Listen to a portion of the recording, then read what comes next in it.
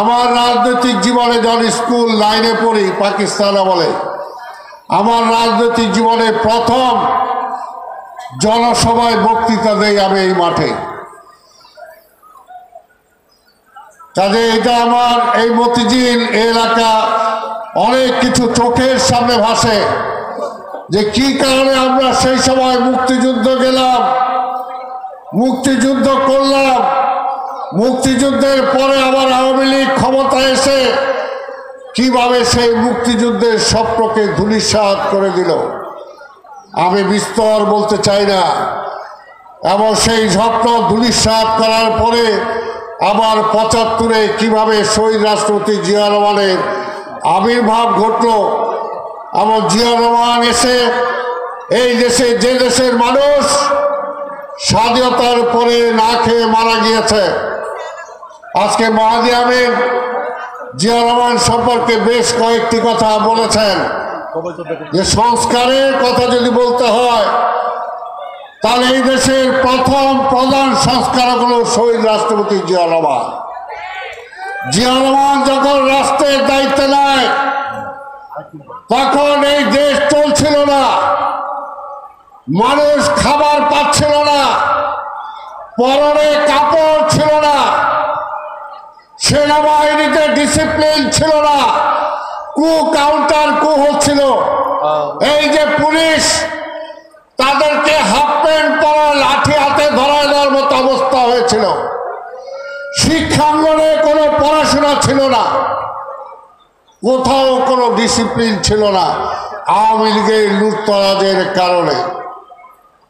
কিন্তু শেখ জিয়া রহমানকে দায়িত্ব দেওয়ার পরে 2 বছরের মাথায় সেই দেশের মানুষকে জিয়া রহমান খাইয়েছেন, আবার বিদেশে চাল রপ্তানি করেছেন, এই দেশে আইন শৃঙ্খলা ফিরে এনেছেন, বিশ্ববিদ্যালয় সহ কলেজ স্কুলে শিক্ষার পরিবেশ ফিরিয়ে এনেছেন। এবং তিনি যে কথা বলেছিলেন তার কথা অনেকে টুইস্ট করতে চায়। বলেছিলেন মানি ইজ নো প্রবলেম, কথাটা তো সত্য। আজকেও যেমনি টাকা কোনো সমস্যা না, যদি দুর্নীতি বন্ধ করা যায়, যদি লুটপাট বন্ধ করা যায়, যদি চুরি হাইজ্যাক বন্ধ করা যায়, তাহলে যে টাকা বাংলাদেশে আছে সেই টাকা দিয়ে এই দেশের মানুষ অনেক শান্তিতে অনেক ভালোভাবে চলতে পারে। সেই সময় অবস্থা ছিল লুটপাট, নির্যাতন, সেটাই ছিল সেই সময়। আমরা দেখেছি পল্টনে মাওলানা ভাসানী দাঁড়িয়ে বলেছিলেন, মুজিব তোমার ছাত্রলীগ যুবলীগ, তোমার লাল বাহিনী নীল বাহিনী থামাও, এরা দেশটাকে লুটে পুটে খেয়ে ফেলল।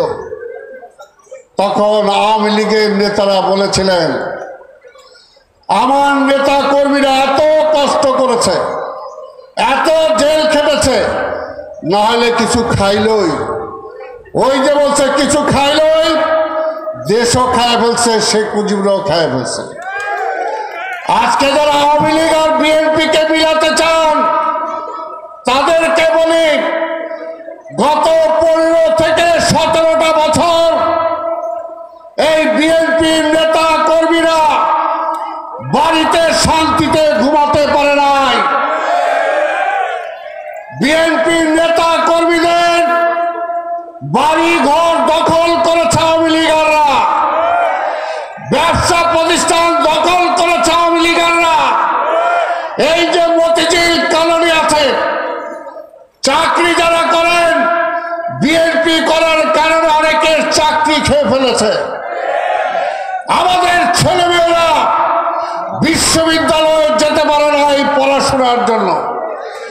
যারা পাশ করে বেড়েছেন শুধুমাত্র ছাত্রদল করার কারণে, তারা কোথাও কোনো চাকরি পায় নাই। যে কারণে ভয়ে ছিল আওয়ামী লীগ।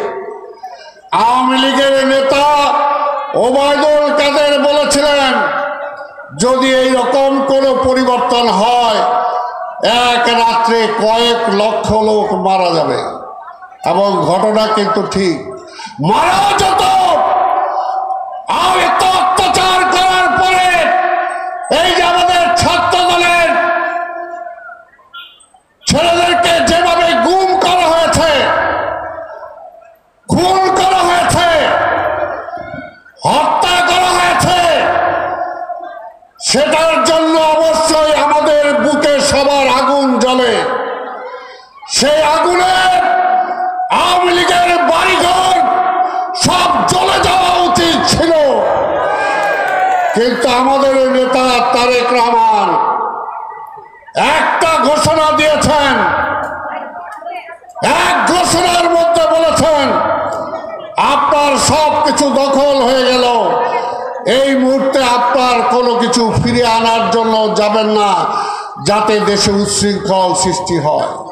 যে পুলিশ আমার নেতা কর্মীদেরকে গুলি করে মেরেছে, এই পুলিশ যখন থানা ছেড়ে চলে গেছে, এই থানার দায়িত্ব নিয়েছে আমাদের নেতা কর্মীরা।